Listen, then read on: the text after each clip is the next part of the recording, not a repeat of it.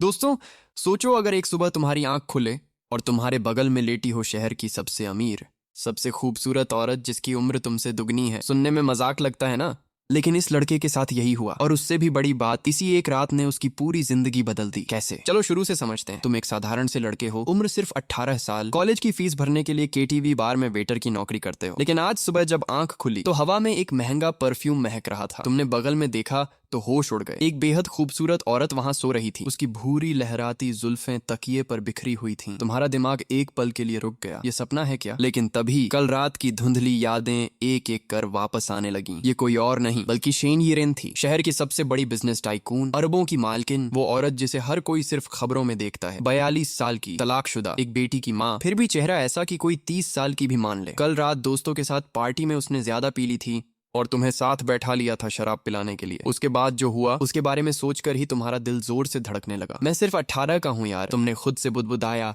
और यह तो मेरी माँ की उम्र की है। तभी अचानक तुम्हारे दिमाग में एक अजीब सी आवाज गूंजी, बिल्कुल किसी मशीन जैसी, बिना किसी भावना के। होस्ट को बधाई हो, आपने नेकी करो सिस्टम हासिल कर लिया है। तुम चौंक गए। नेकी करो सिस्टम?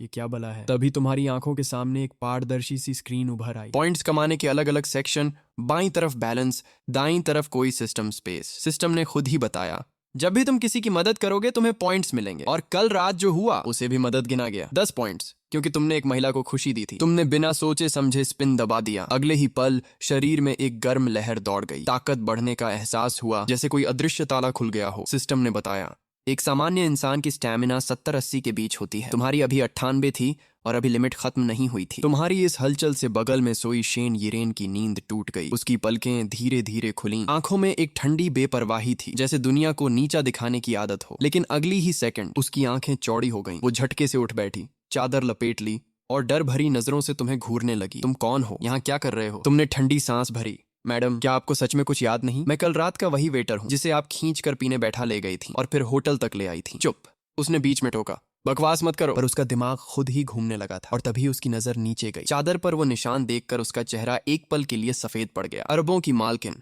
2 बार शादी जैसा रिश्ता निभा चुकी, एक बेटी की माँ, फिर भी यह उसकी पहली बार थी। असली वजह किसी को पता नहीं थी। बीमार पिता को खुश करने के लिए एक बेमन शादी, और बच्चा भी आईवीएफ से। यह राज आज तक किसी को नहीं पता था, और अब यह राज इस अजनबी लड़के के सामने बेनकाब हो चुका था। तुम्हें इससे क्या मतलब? वो गुस्से में बोली, लेकिन उसकी आवाज कांप रही थी। दोनों एक दूसरे को घूर रहे थे। एक तरफ शहर की सबसे ताकतवर औरत जिसका राज अभी अभी टूटा था, दूसरी तरफ एक 18 साल का लड़का जिसके अंदर अभी अभी एक अनोखी ताकत जागी थी। कमरे में एक अजीब सा सन्नाटा छा गया था। तुम मुझे पहचानते हो? शेन यिरेन ने आंखें सिकोड़ते हुए पूछा। बिल्कुल। तुमने बेझिझक सिर हिलाया। देश की सबसे अमीर औरत, शेन ग्रुप की चेयरपर्सन। आपको कौन नहीं जानता? यह सुनते ही उसका चेहरा और सख्त हो गया। इस लड़के के मुंह पर ताला लगाना जरूरी था, वरना यह राज अगर बाहर निकला तो उसकी पूरी साख मिट्टी में मिल जाएगी।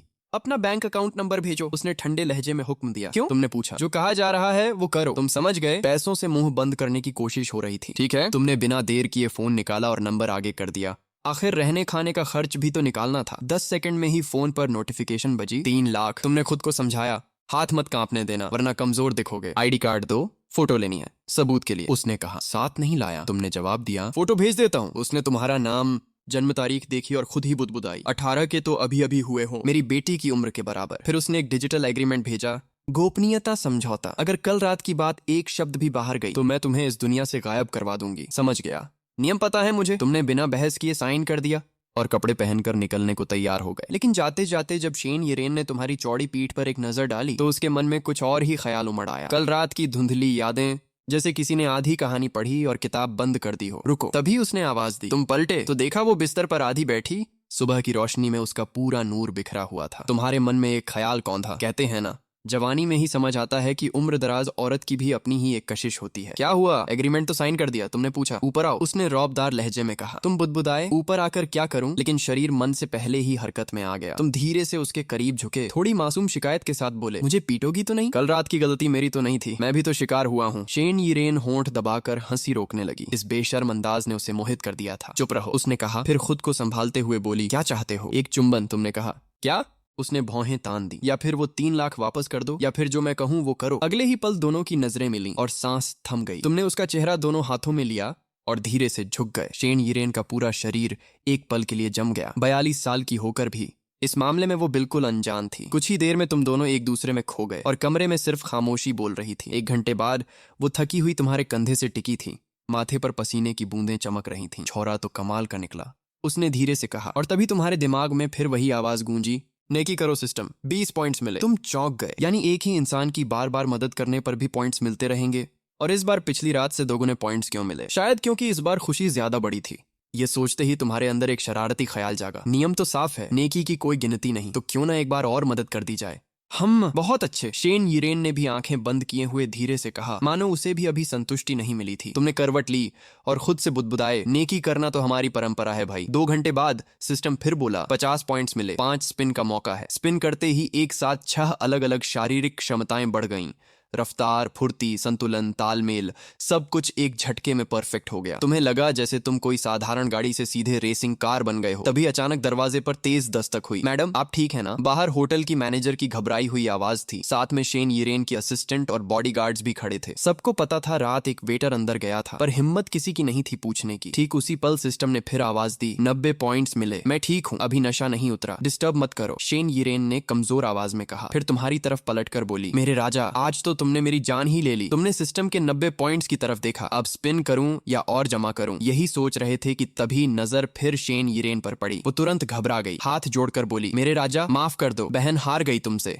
दरवाजे के बाहर का शोर धीरे धीरे शांत हो गया। मैनेजर, असिस्टेंट और बॉडीगार्ड समझ गए कि अभी परेशान करना ठीक नहीं और चुपचाप वहां से हट गए। कमरे के अंदर शेन यिरेन अब भी तुम्हारी बाहों में डीली पड़ी लेटी थी। कमजोर सी आवाज में उसने अपनी बेटी को एक मैसेज का जवाब दिया, मैं ठीक हूं बेटा, चिंता मत करो। फिर मुड़कर तुम्हारी तरफ देखा, आंखों में एक अजीब सी नरमी थी। मेरे राजा, तुमने तो आज मेरी जान ही निकाल दी। तुम्हारा ध्यान अब भी सिस्टम की तरफ था। 90 पॉइंट्स जमा हो चुके थे, बस 10 और चाहिए थे बड़े स्पिन के लिए। लेकिन शेन यिरेन ने ठीक उसी वक्त कुछ पूछ लिया जिसने तुम्हारा पूरा ध्यान खींच लिया। अच्छा, तुम पढ़ते कहाँ हो? फुजियाओ यूनिवर्सिटी, तुमने जवाब दिया। क्या? उसका चेहरा अचानक जैसे भूत देख लिया हो वैसा हो गया। तुम फुजियाओ में पहले साल के नए छात्र हो? किस विभाग में? Artificial intelligence. तुमने बेफिक्री से कहा। क्यों? इतना चौंक क्यों गई? कुछ नहीं, उसने बड़ी मुश्किल से मुस्कुराहट ओढ़ी, नजरें इधर उधर घुमाई, बस थोड़ा हैरान हो गई। अंदर ही अंदर उसका दिल जोर जोर से धड़क रहा था। उसकी अपनी बेटी भी इसी साल इसी यूनिवर्सिटी में उसी आर्टिफिशियल इंटेलिजेंस विभाग में दाखिला लेने वाली थी। यह तो नहीं हो सकता, दोनों एक ही क्लास में तो नहीं होंगे, उसने खुद से सोचा और घबराहट को दबाने की कोशिश करने लगी। उसने अभी तक तुम्हें यह बात नहीं बताई कि उसकी बेटी भी उसी कॉलेज जा रही है। अगर तुम्हें पता चला तो कौन जाने क्या रिएक्शन हो। और सोचो अगर उसकी लैडली बेटी को पता चल गया कि उसकी माँ उसके ही क्लासमेट के साथ। यह सोचकर ही उसे चक्कर आने लगे। एक पल के लिए उसका मन हुआ बस यहीं इस रिश्ते को खत्म कर दे, तुमसे नाता तोड़ ले। लेकिन दूसरे ही पल उसे तुम्हें छोड़ने का ख्याल भी सह नहीं हुआ। तुम उसे किस्मत का दिया वो अनमोल तोहफा लग रहे थे जिसे वो हाथ से जाने नहीं देना चाहती थी। उसने फैसला किया, फिलहाल इस राज को छुपाकर ही रिश्ता आगे बढ़ाएगी। अच्छा सुनो, उसने बात बदली, पता चला तुम सिर्फ पढ़ाई में ही नहीं, दिमाग से भी तेज हो। फुजियाओ का टॉप स्कोर लेकर आए हो ना? तुम्हें हैरानी हुई कि उसे इतनी जानकारी कैसे है, पर तुमने बस सिर हिला दिया। मेरे राजा, उसने अचानक एक ऑफर रख दिया। यूनिवर्सिटी के पास ही शेन ग्रुप का एक फ्लैट है, मैं तुम्हें गिफ्ट कर देती हूँ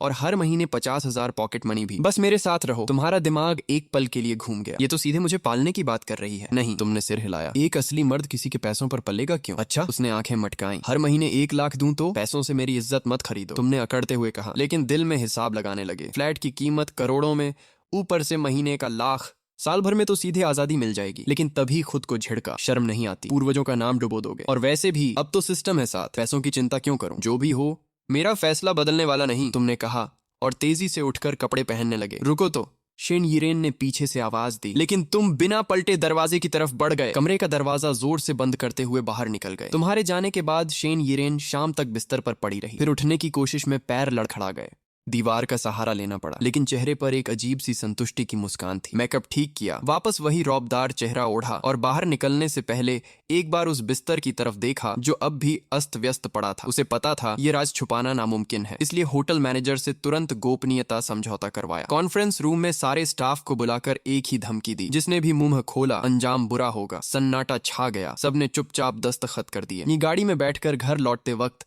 होटल की गली से गुजरते हुए उसकी नजरें बार बार खिड़की के बाहर जाने लगी। दिमाग में सिर्फ तुम्हारा चेहरा घूम रहा था। हाय, यह तो सिर्फ एक रात का मामला था, फिर यह दिल क्यों उलझ गया? उसने खुद से पूछा। बिना सोचे समझे फोन निकाला और मैसेज टाइप किया। बेबी, क्या कर रहे हो? स्क्रीन बार बार जलती बुझती रही, पर जवाब नहीं आया। टाइपिंग का इशारा भी नहीं दिखा। एक अजीब सी उदासी उसे घेरने लगी। बगल में बैठी असिस्टेंट ने सब कुछ चुपचाप देख लिया। मन ही मन सोचा, क्या हमारी चेयरपर्सन को प्यार हो गया? तभी अचानक मैसेज टोन बजी। शेन येरेन ने बिजली की रफ्तार से फोन स्क्रीन को अनलॉक किया। तुमने लिखा था, मुझे परेशान मत करो वरना पुलिस बुला लूंगा। ये पढ़ते ही उसकी आंखों में शरारत भर गई। उंगलियां तेजी से टाइप करने लगी। झूठ मत बोलो, मुझे इंसान पर रखना खूब आता है। तुम पुलिस नहीं बुलाओगे। सच बताओ, तुम्हें भी मुझ में दिलचस्पी है ना? तुमने पलटवार किया। आंटी, अपनी इज्जत बचाओ। किसको आंटी कह रहे हो? उसने भी छेड़ा। दीदी बुलाओ। गाड़ी अब वुकांग रोड की उस पुरानी हवेली की तरफ मुड़ रही थी जहां 3000 वर्ग मीटर में उसका आलीशान बंगला था, पर उसका मन कहीं और था। वो पूरी तरह भूल चुकी थी कि वो 42 साल की एक अरबपति कारोबारी है। ऐसा महसूस हो रहा था जैसे 20 साल की कोई लड़की पहली बार प्यार में पड़ी हो। अगली सुबह तुम जल्दी उठ गए। रात को ही केटीवी की नौकरी छोड़ चुके थे। जब आसमान से 3 लाख टपक पड़े हों तो कौन नौकरी करने जाएगा?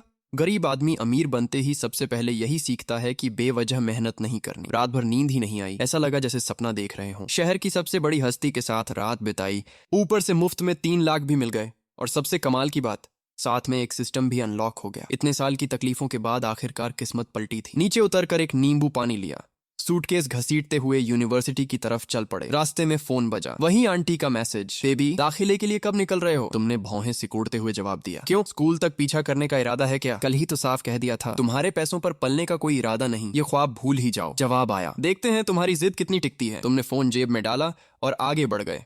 चौराहे पर पहुंचे तो एक बूढ़ी दादी लाठी टेकते हुए धीरे धीरे सड़क पार करने की कोशिश कर रही थी। तुम्हारी आंखों में चमक आ गई। मौका मिल गया। कल रात के 99 पॉइंट्स अभी भी जमा थे, बस 1 पॉइंट और चाहिए था बड़े इनाम के लिए। फौरन सूटकेस बाएं हाथ में पकड़ा, दायां हाथ दादी की कोहनी की तरफ बढ़ाया। दादी, मैं आपको पार करा देता हूँ। दादी ने मुस्कुराकर मना किया। जरूरत नहीं बेटा, मैं अभी भी काफी मजबूत हूँ। पर तुमने हाथ नहीं छोड़ा और धीरे धीरे सड़क पार करानी शुरू कर दी। सिग्नल यहाँ नहीं है, संभल कर। तभी सिस्टम बोला, 3 पॉइंट्स मिले।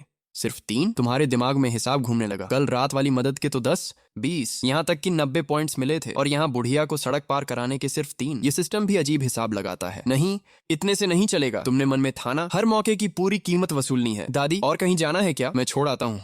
तुमने पूछा। नहीं नहीं। दादी ने हाथ छुड़ाना चाहा। चेहरे पर हल्की झिझक साफ दिख रही थी। पर तुमने हाथ नहीं छोड़ा। मैं इतना हैंडसम हूँ, फिर भी मना कर रही हो? ये तो सरासर बेइज्जती है। मन ही मन बुदबुदाए और दादी को वापस उसी तरफ खींच लिया जहां से लाए थे। अरे, यह क्या कर रहे हो? दादी हैरान रह गई। गाड़ियां हॉर्न बजाने लगी। ड्राइवर हैरानी से देखने लगे। अभी तो पार हुए थे, वापस क्यों जा रहे हैं? तुमने रफ्तार और तेज कर दी। दादी लड़खड़ाते हुए साथ घिसटती चली गई। वापस उसी जगह पहुंचकर तुमने रुक कर देखा। सिस्टम में वो 3 पॉइंट्स अब भी बरकरार थे। मतलब ये ऑपरेशन काम कर गया। मन ही मन खुद को शाबाशी दी। चलो दादी, एक बार और पार करा देता हूँ। बेटा, बहुत हो गया। दादी हाँफते हुए बोली। मुझसे और नहीं चला जाएगा। तुमने अनसुना कर दिया और उसे फिर सड़क पार कराने खींच लिया। इस बार रफ्तार पहले से भी तेज। सिस्टम बोला, 2 पॉइंट्स मिले। घटते हुए पॉइंट्स ने तुम्हें चौंका दिया। क्या दादी अब खुश नहीं थी? मैं इतनी मदद कर रहा हूँ, फिर भी नाराजगी। तुमने सोचा, चलो एक बार फिर वापस छोड़ आता हूँ। दादी अब पूरी तरह हाँफ चुकी थी। सड़क किनारे बैठकर सांस लेने लगी। तुम समझ गए, अब रुकना ठीक रहेगा, वरना बुढ़िया गिर ही ना पड़े। दादी, अलविदा कहकर तुम मुस्कुराते हुए आगे बढ़ गए। पीछे से दादी बड़बड़ाती रह गई कि इस लड़के के दिमाग में जरूर कुछ गड़बड़ है। मेट्रो स्टेशन के बाहर एक भिखारी बैठा नजर आया। बगल में स्टील का कटोरा, और हैरानी की बात, कटोरे के पास डिजिटल पेमेंट का QR कोड भी लगा था। साथ में एक कार्ड स्वाइप मशीन भी। तुम्हारी आंखें चमक उठी। ये भी तो मदद का मौका है। पास ही बचा हुआ आधा नींबू पानी सूटकेस से निकालकर धीरे से QR कोड के पास रख दिया। 3 पॉइंट्स मिले। सिस्टम बोला, बढ़िया। अब 100 पूरे होने में बस 1 पॉइंट बाकी था। तभी दूर से एक काफिला, काली मर्सिडीज, सफेद फैंटम और 2 और गाड़ियां धीरे धीरे उसी सड़क से गुजरा। फैंटम के अंदर बैठी शेन येरेन ने खिड़की से बाहर देखा तो तुम्हें पहचान लिया। ये तो देखो। वो मन ही मन हंसने लगी। भिखारी को पैसे देने की जगह उसे अपना झूठा नींबू पानी थमा रहा है। धन्यवाद तक नहीं कहा। उसने ध्यान से देखा। भिखारी उठकर गुस्से में कुछ बड़बड़ा रहा था। तुम बेफिक्री से सूटकेस लेकर आगे बढ़ चुके थे। ये लड़का सच में मजेदार है, उसने खुद से सोचा। पहली बार किसी में इतनी दिलचस्पी हुई है।